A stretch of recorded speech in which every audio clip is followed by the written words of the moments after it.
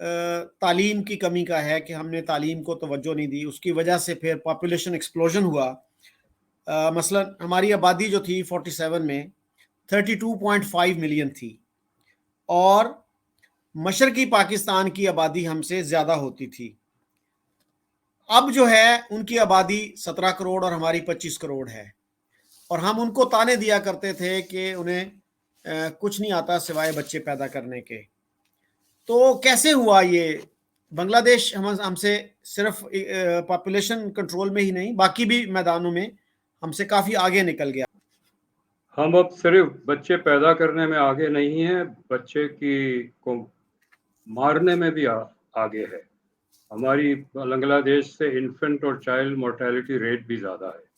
ہم بچے زیادہ بھی پیدا کرتے ہیں اور ان کو موت کے گھاٹ بھی اتارتے ہیں. ہم نے کوئی اقدام نہیں کیا. تعلیم میں کوئی ترقی نہیں ہے.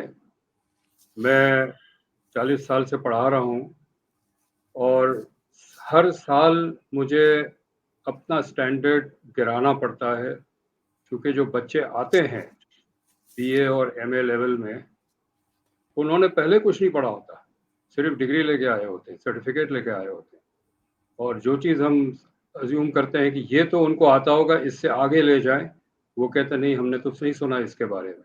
تو تعلیم ہم نے تباہ کی ہے. جو ہماری ایلیٹ ہے وہ ان کے لیے تعلیم اہم بالکل نہیں ہے. امریکہ میں جو دو بہت بڑے اور بہت مشہور تعلیمی ادارے ہیں، ہارورڈ یونیورسٹی اور MIT، یہ وہاں کے انڈسٹریلسٹ نے بنایا. اس وقت کے تو بہت پریمیٹیو انڈسٹریلسٹ تھے جس وقت انہوں نے کیا 200 سال پہلے، لیکن وہ کاروباری لوگ تھے. انہوں نے اس وقت دیکھا کہ ہمیں اگر ایک مضبوط صنعتی ترقی کرنی ہے، ایک صنعتی معیشت بنانی ہے، تو ہمیں اسکلڈ لیبر کی ضرورت پڑے گی. اس کے لیے ہمیں ہائی لیول کوالٹی چاہیے ایجوکیٹڈ لیبر فورس کی. انہوں نے پھر یہ ادارے بنائے. پاکستان میں ایسی کوئی چیز نہیں بنائی کسی نے. اگر بنایا تو MBA آفر کرتے. MBA کیا کرتا ہے؟ MBA صرف سیلز مین اور سیلز گرلز پیدا کرتا ہے غیر ملکی اشیاءوں کو امپورٹ کر کے بیچنے کے لیے. ہم کچھ بھی نہیں بناتے. ہم اپنے آفس میں ٹیبل کے اوپر جو اسٹیپلر مشین رکھی ہوتی ہے، اسٹیپلر رکھا ہوتا ہے، اس کی پن بھی نہیں بناتے. ہم کچھ بھی نہیں بناتے. تو ان کو اگر آپ گاؤں میں چلے جائیں، چھوٹے شہروں میں چلے جائیں، جو ہمارے MPs ہیں، MNAs ہیں، کسی کا کوئی تعلیم سے واسطہ نہیں ہے. یہ اپنے لوگوں کو ایز ٹیچرز بھرتی کرواتے ہیں، چاہے وہ ان پڑھ ہو، خود ایک جعلی ڈگری ان کے پاس ہو، کیونکہ جب الیکشن ہو تو وہ کام آئے، چونکہ یہ ٹیچرز ہی پولنگ آفیسرز بنتے ہیں. تو تعلیم کو سیکریفائس کیا ہے الیکشن جیتنے کے اوپر. یہ ہماری وہ ترجیحات ہی غلط تھی نا. آج انڈیا میں آپ دیکھیں، میں جب 1970 میں 77 to 79 جس یونیورسٹی میں امریکہ میں پڑھتا تھا، تو 40 ڈپارٹمنٹ تھے. 3 ڈپارٹمنٹ کے ہیڈ آف ڈپارٹمنٹ انڈین تھے. آج کئی کارپوریشنز ہیں بڑی، ورلڈ بینک کا پریزیڈنٹ ہے، وہ سب انڈینز ہیں، کیونکہ وہ اس کی اتنی تعلیم ہے، اتنا لیول ہے.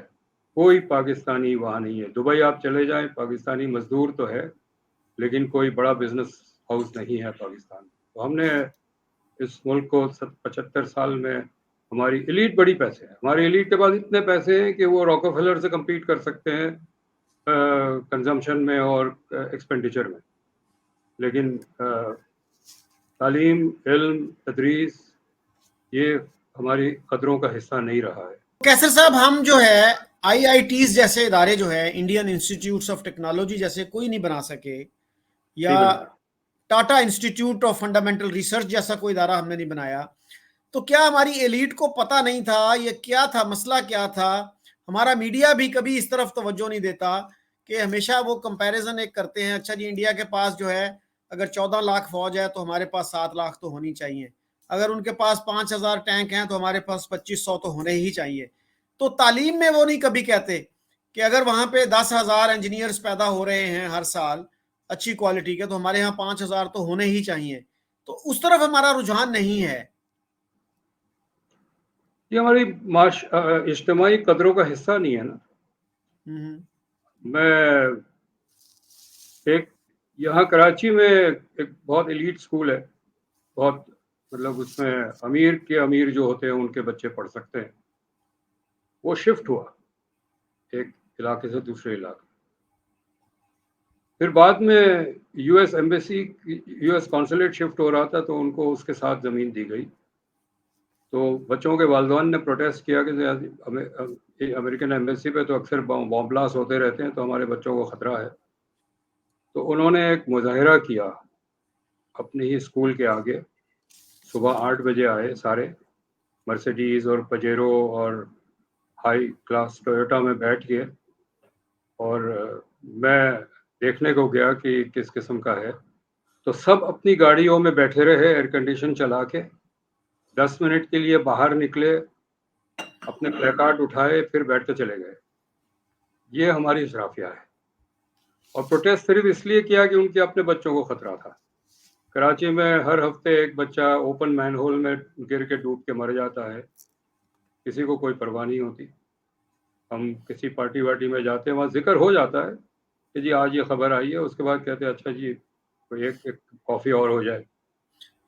تو یہ جو اسکول جس کا آپ تذکرہ کر رہے ہیں, is it grammar school, Karachi grammar school, یا کوئی اور اسکول ہے؟ یہ میرے خیال میں مناسب نہیں ہوگا اس کا نام لینا, لیکن یہ ایک ایلیٹ اسکول ہے. میں مقصد میرا یہ ہے کہ ایلیٹ کا جو مائنڈ سیٹ ہے وہ بتانا چاہ رہا تھا. اسکول کو ٹارگیٹ نہیں کرنا چاہیے کسی بھی. وہ اسکول بھی تعلیم اس کی بہت اچھی ہے, بہت اچھی تعلیم دیتے ہیں وہ, لیکن یہ کہ مسئلہ اسکول کا نہیں تھا, مسئلہ ان کے والدین کا تھا.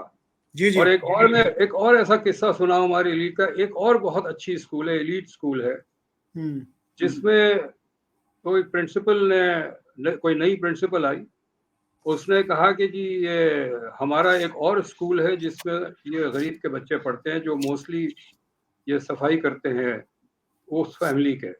انہوں نے کہا یہ تفریق نہیں ہونی چاہیے, ہم ان دو اسکول کو ملا دیں گے. والدین نے سارے اپنے بچوں کو کہا کہ ہم تو اس کو اٹھا دیں گے, ہم یہ صفائی کرنے والے بچوں کے ساتھ ہمارے بچے نہیں پڑھیں گے. تو اس کو ریورس کرنا پڑا اپنا ڈیسیشن. لیکن جو بات پہ کہنا چاہتا ہوں, میں اپنی ایلیٹ کے مائنڈ سیٹ کو کہنا چاہتا ہوں کس طرح کا ہے. تو سر ہم اس گڑھے میں سے کیسے نکلیں گے جو ہماری اب اکانومی کی سچویشن ہو گئی ہے؟ 2 بلین کے لیے آئی ایم ایف بقول ہمارے پرائم منسٹر کے, وہ ہمیں ناک سے لکیریں نکلوا رہے ہیں لیکن وہ پیسے نہیں دے رہے. تو کیا کیا جائے, کیسے ہم اس حال کو پہنچے؟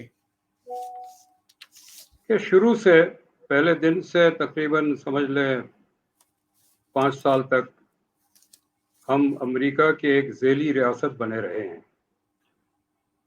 امریکہ کے سارے گندے کام ہم نے کیے, صرف افغانستان میں نہیں, اور جگہ بھی. کلائنٹ اسٹیٹ آپ کا مطلب ہے؟ کلائنٹ اسٹیٹ تھا جی. جی. امریکہ نے پھر ظاہر ہے ہمیں معاوضہ دیا اس کا, جب ضرورت پڑی پیسے دے دیے. اور کبھی ورلڈ بینک کے ذریعے, آئی ایم ایف کے ذریعے, ایشین بینک کے ذریعے, یو ایس ایڈ نے خوب پیسے یہاں پر بانٹے, برٹش ایجنسیز نے بھی, ویسٹرن کنٹریز نے بھی. تو معاملہ چلتا رہا, پیسے آتے رہے, سب کے بنگلے بنتے رہے, فوجیوں کے بھی بنے, بیوروکریٹس کے بھی بنے, بزنس مین کے بھی بنے, این جی او والوں کے بھی بنے. میں این جی اوز کے لوگوں کو جانتا ہوں جن کے گھر میں سائیکل بھی نہیں تھی, آج 500 گز کا بنگلہ ہے اور ایک ویگو کھڑی ہے. تو سب نے پیسے بنائے. لیکن اب وہ حالات بدل گئے ہیں. اب ہم امریکہ کے فیوریٹس نہیں ہیں, ہم امریکہ کے لیے نیوسنس بن گئے ہیں. ان کے فیوریٹ انڈیا ہے, کیونکہ ان کو چائنا کا مقابلہ کرنا ہے, اور امریکہ اب چاہتا ہے کہ پاکستان جو ہے اپنے انڈیا کے ساتھ مسائل ختم کریں, تاکہ انڈیا کو ان کے ویسٹرن بارڈر پہ پریشر نہ ہو, تاکہ وہ چائنا ناردرن بارڈر کو دیکھ سکے. امریکہ یہ پریشر ڈالتا رہے گا. پیسے ہمیں نہیں ملیں گے, چونکہ اب کس چیز کے لیے پیسے دیں گے؟ اب امریکہ کو ہماری خدمات کی ضرورت نہیں ہے. تو یا تو ریاست ہوش میں آئے, سمجھ لے کہ کیا تبدیل ہوئی ہے اور کیا کرنا چاہیے. نہیں آئیں گے تو یہ معیشت ڈوب جائے گی, اور جس ملک کی معیشت ڈوب جاتی ہے وہ ملک سروائیو نہیں کرتا. سوویت یونین ہمارے سامنے ہے. اچھا سر, ترکی جو ہے جس کی آبادی ہم سے تقریباً 3 گنا کم ہے, تو وہ G20 کا ممبر ہے, ہم جو ہیں we are the 5th most populous country, سب سے بڑی 5ویں بڑی آبادی ہے ہماری، اور ہم G20 کا کے ممبر نہیں ہیں، تو وائی از دیٹ سو؟ سر آبادی سے تو نہیں طاقت بنتی نا، آبادی بغیر اکنامک پاور کے تو لائبلٹی بن جاتی ہے. ہماری کیا پاور اکنامک پاور ہے؟ ہم چاول چمڑا اور چادر 3-6 ہے، اس کے علاوہ کچھ ایکسپورٹ نہیں کرتے، اس میں بھی لو ویلیو ایڈڈ پروڈکٹ کرتے ہیں. ٹیکسٹائل میں ہم بیڈ شیٹ اور ٹاول کے علاوہ کچھ نہیں ایکسپورٹ کرتے، تھوڑی بہت کوئی جینز ایکسپورٹ کر دیتا، کوئی کچھ کر دیتا، لیکن ہماری انٹرنیشنل گارمنٹ مارکیٹ میں ہمارا کوئی پوزیشن نہیں ہے. چاول ہم بھیجتے ہیں، اور بعد میں ہر ملک سے ہم نے، جو ہمارے دوست ہیں ان سے ہم نے پچھلے 40 سال میں بھیک مانگی ہے. عمران خان کی اکنامک پرفارمنس کو آپ کیسے دیکھتے ہیں؟ پی ٹی آئی کے لوگوں سے بات کریں تو وہ یہ کہتے ہیں جی کہ ہم نے تو بہت ٹرن اراؤنڈ کر دیا تھا، ایکسپورٹس بھی بڑھ گئی تھیں، 30-32 بلین ڈالر پہ چلی گئیں، اور ٹیکسٹائل کا سیکٹر خاص طور پہ ریوائیو کر لیا تھا. تو آپ کیسے دیکھتے ہیں اس کو؟ اب پی ایم ایل این کے لوگوں سے بات کریں تو وہ کہتے ہیں جی کہ وہ تو ایک اکنامک ڈیزاسٹر تھا، ان کو اتنے وزیر خزانہ جو تھے اپنے فائنانس منسٹرز بدلنے پڑے، اس کا مطلب ہے کہ their strategy was not working. Even Shaukat Tarin صاحب، انہوں نے فائنانس منسٹر بننے سے کچھ عرصہ پہلے کہا تھا کہ جی economy has been ruined by the P T I government. تو آپ کیسے دیکھتے ہیں ان چیزوں کو؟ پہلی بات تو یہ ہے کہ عمران خان کی حکومت کی کوئی پالیسی تھی نہیں، تو اس پہ آپ کیا کمنٹ کریں گے؟ وہ ایک کشتی ہے جس کا انجن بند ہے اور اینکر نہیں ہے، اور وہ جہاں تیز ہوا آئی وہاں چلی گئی. میں نے ایک رپورٹ لکھی ہے، it's call economy on a roller coaster. 1990 سے 2015 تک کا ڈیٹا ہے، 25 ایئرس کا، اور تمام سیکٹرز سب سیکٹرز کو انڈیویجولی دیکھا ہے. یعنی ایگریکلچر کا کراپ سیکٹر، اس میں ویٹ کاٹن رائس سارا، انڈسٹری کا 13 ڈفرینٹ انڈسٹریز. ان دس 25 ایئرس کوئی 3 سال ایسے نہیں ہے جہاں کسی بھی سیکٹر میں اچھی پرفارمنس ہو. 1 سال 2 سال اچھی ہوتی ہے، اس کے بعد کریش ہو جاتا ہے، نیگیٹو ہو جاتا ہے، وداؤٹ ایکسیپشن ایوری سیکٹر. بات یہ ہے کہ کسی وقت گندم کا کراپ اچھا ہو گیا تو کاٹن خراب ہو گیا اس سال، کاٹن اچھا ہوا تو شوگر کین خراب ہو گیا. That is the story. اب ہمارے جو سیاستدان ہوتے ہیں کسی بھی پارٹی کے ہو، ایک نمبر کسی وقت کسی سیکٹر کا اچھا آیا تو اسی کو پھر وہ پیٹتے رہتے ہیں، جی دیکھو جی ہم نے کیا کمال کر دیا. ان کو یہ نہیں پتا ہوتا ہے کہ اگلے سال اس کا کیا ہوگا. آپ نے اگر کوئی اچھا کام کیا ہے تو وہ کام سسٹین ہونا چاہیے. میں کوئی عمارت بنا کے جاتا ہوں، میرے جانے کے بعد دوسرے دن گر جائے تو عمارت تو میں نے کمزور بنائی نا. شوکت عزیز کا بھی یہی تھا، بڑا ان کا کلیم تھا، اسٹیلر اکانومی، ٹائیگر اکانومی وغیرہ، پتہ نہیں کیا کیا الفاظ اس نے دیے تھے. 2007 ان کا آخری سال تھا، اور 2007 میں ہی تمام انڈیکیٹرز ڈکلائن ہونے شروع ہو گئے ان کی موجودگی میں. یہ میں سمجھتا ہوں ہمارے جو پولیٹیشنز ہیں جو اس قسم کے اسٹیٹمنٹ دیتے ہیں اور کہنا کہ جی انہوں نے خراب کیا ہم نے بہتر کر دیا، یہ بالکل ہی اممیچور اسٹیٹمنٹس ہیں ہر پارٹی کے. اچھا سر، وہ یہ کریڈٹ لیتے ہیں کہ کووڈ کو ہم نے بڑا اچھا ہینڈل کیا اور انٹرنیشنلی بڑی اپریسیشن ملی ہمیں اس کی. جی I think that is true. ایک تو اللہ کا کرم تھا کہ فار سم ریزن کووڈ نے ہمیں اس طرح ہٹ نہیں کیا جس طرح انڈیا کو کیا. انڈیا نے مس ہینڈل بھی کیا، انڈیا نے بہت بری طرح سے مس ہینڈل کیا. ہم نے اچھا ہینڈل کیا. میں سمجھتا ہوں کہ ہماری وفاقی اور صوبائی حکومتوں نے اسے بہت اچھا ہینڈل کیا. شروع میں غلطی ہوئی، شروع میں جو 2 چیزیں ہوئی، ایک زائرین آئے ایران سے، ان کو روکنا چاہیے تھا، وہاں کوارنٹین کرنا چاہیے تھا. وہاں جو بارڈر کے جو سٹاف ہے جو بھی رسپانسبل ہے بارڈر پہ، انہوں نے ان کو آنے دیا اور وہ پھیل گئے پورے ملک میں. پھر ایک اجتماع ہوا پنجاب میں، وہ بھی غلط تھا, وہاں سے بھی پھیلا. جی, یہ دو چیزیں نہ ہوتی تو میں سمجھتا ہوں ہمارے ہاں جتنی بھی اموات ہوئی ہے وہ بھی شاید نہ ہوتی. لیکن اس کے باوجود بھی میرا خیال ہے بہت اچھا ہینڈل کیا, اور اس پہ کوئی ہمیں قباحت نہیں ہونی چاہیے کریڈٹ دینے پہ. فیڈرل اینڈ پروونشل گورنمنٹس بہت, سندھ میں تو ہم نے دیکھا ہے کتنا اچھی طرح سے انہوں نے ہینڈل کیا, اور باقی صوبوں نے بھی کیا, پنجاب نے بھی کیا. تو I think this is one thing that we should give them credit for. اچھا سر, پاکستان کی اکانومی کے اعتبار سے کچھ انڈیکیشنز دیجیے گا کہ ہمارے کیا ہیں پرابلمز. مثلا میں نے جو تھوڑی سی ریسرچ کی, ہمارے جو ہیں 2.5 کروڑ تقریباً جو بچے ہیں وہ اسکول نہیں جاتے, اور 2/3 of our children are malnourished. 40% ایسے ہیں جو کہ سٹنٹڈ گروتھ کا شکار ہیں. اور کیا پرابلمز ہیں ہمارے, اور ہماری اکانومی جو ہے اس وقت کس نمبر پہ ہے؟ از اٹ 48 اور واٹ دنیا میں؟ یہ دو, میرا خیال ہے اس کے دو جواب ہیں. جو اوور آل میکرو اکانومی کی بات کریں اس کے مسائل کچھ اور ہیں. اس کے بیسک مسائل یہ ہے کہ ٹریڈ ڈیفیسٹ اور بجٹ ڈیفیسٹ بہت زیادہ ہے. ہر $100 کے ایکسپورٹ پہ ہم $250 امپورٹ کرتے ہیں. ہر $100 کے ریونیو پہ ہم $250 خرچ کرتے ہیں. یہ سسٹینیبل نہیں ہے, اور اس کو ہمیں امپورٹ کو آدھا کرنا پڑے گا اور گورنمنٹ کے ایکسپینڈیچر کو بھی آدھا کرنا پڑے گا. اس کے لیے منسٹریاں بند کرنی پڑے گی, اس کے لیے فوج کے بہت سارے مینی آرمز آف دی کنٹونمنٹس بند کرنے پڑیں گے وغیرہ وغیرہ. لیکن جو آپ نے دوسری بات کی بچوں کے اموات کی اور لٹریسی ریٹ اور ساری کی, وہ ایک اور اکانومی ہے. میرا جو تجربہ ہے, اور میں نے گراؤنڈ لیول پہ فیلڈ لیول پہ بھی کافی کام کیا ہے, میں نے گاؤں میں اور چھوٹے شہروں میں بھی وقت گزارا ہے, دیکھا ہے. لوکل گورنمنٹ پہ میرا ریسرچ ہے. جب تک لوکل گورنمنٹ سٹرکچر نہیں بنے گا اس وقت تک ہم یہ ہینڈل نہیں کر سکتے.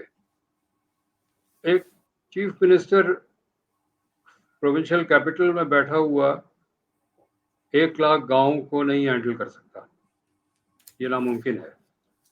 ہمیں ایک ٹھوس قسم کا پرماننٹ قسم کا لوکل گورنمنٹ سٹرکچر بنانا پڑے گا. یہ نہیں ہے کہ جو حکومت آئی انہوں نے ڈھانچہ بدل دیا, وہ نہیں چلے گا. اور یہ لوکل گورنمنٹ کی ذمہ داری ہونی چاہیے کہ literacy rate, immunisation, health, clean drinking water, یہ سب ان کے ذمہ ہونی چاہیے. اور اگر وہ فیل ہو تو ان کو پینلائز کریں. ان کو جو ایک نیشنل فائنانس کمیشن ہوتا ہے ہمارے ہر صوبے میں, پروونشل فائنانس کمیشن ہونا چاہیے, اور وہ پیسے ڈسٹرکٹ کو اس بنیاد پہ ملنے چاہیے کہ ان کی یہ جو ہیومن انڈیکیٹرز ہیں, ہیومن ڈیولپمنٹ انڈیکیٹرز, ان کی پرفارمنس کیسی ہے, اس بنیاد پہ ان کو پیسے ملنے چاہیے. جس کی پرفارمنس اچھی نہیں ہے اس کے پیسے کٹ جائیں. تو جب تک ہم یہ نہیں کریں گے, یہ اسی وقت ہو سکتا ہے جب ریاست طے کر لے کہ ہم نے عوام کی زندگی بہتر کرنی ہے. دیکھیں جی, نکاراگوا میں جب انقلاب کامیاب ہوا, جو امریکہ کی سپورٹڈ ڈکٹیٹر تھا سوموزا, اناستیزیو سوموزا, اس کی 30 سالہ حکومت تختہ الٹ کے انہوں نے ایک وہاں سوشلسٹ حکومت قائم کی.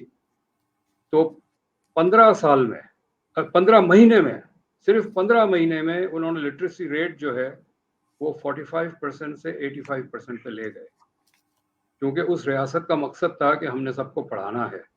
ویتنام نے جو ملینیم ڈیولپمنٹ گولز ہیں جو ہم ایک بھی نہیں اچیو کر پائے, ویتنام نے وقت سے پہلے سارے اچیو کر لیا, اس لیے کہ اس ریاست کا مقصد تھا عوام کو بہتر کرنا. الجیریا میں مجھے کام کرنے کا موقع ملا ہے. ان کے پاس تیل دریافت ہونے سے پہلے انہوں نے انڈیا اور پاکستان سے ہزاروں ڈاکٹرز منگوائے, اور جس وقت میں تھا وہاں پر تو اس وقت بھی بہت پاکستانی اور انڈین ڈاکٹرز تھے. انہوں نے کہا جی سب سے پہلے ہم اپنی صحت پہ اور تعلیم پہ کام کریں گے, باقی چیزیں بعد میں کریں گے, سڑکیں بعد میں بنائیں گے, ہائی ویز بعد میں بنائیں گے, ایئرپورٹس بعد میں بنائیں گے. تو یہ ترجیحات پہ ڈپینڈ کرتا ہے کہ ریاست کی ترجیحات کیا ہے. ہم نے فلیشی ایئرپورٹس بنا لیے, ہائی ویز بنا دیے, مالز بنا دیے, لیکن عوام کی حالت بہتر نہیں کی، تو ہمیں ترجیحات بدلنی پڑے گی۔ جی آپ نے سر بات کی نکاراگوا میں جس تیزی سے لٹریسی ریٹ بڑھایا گیا، تو اسی طرح کی اگزامپل کیوبا میں بھی قائم کی گئی، اور اسی خطے کا ایک ملک ہے کوسٹا ریکا، جس نے 48 میں اپنی ملٹری جو ہے ابالش کر دی، اور سارے جو ریسورسز اس سے بچے وہ انہوں نے ہیلتھ اور ایجوکیشن پہ لگا دیے۔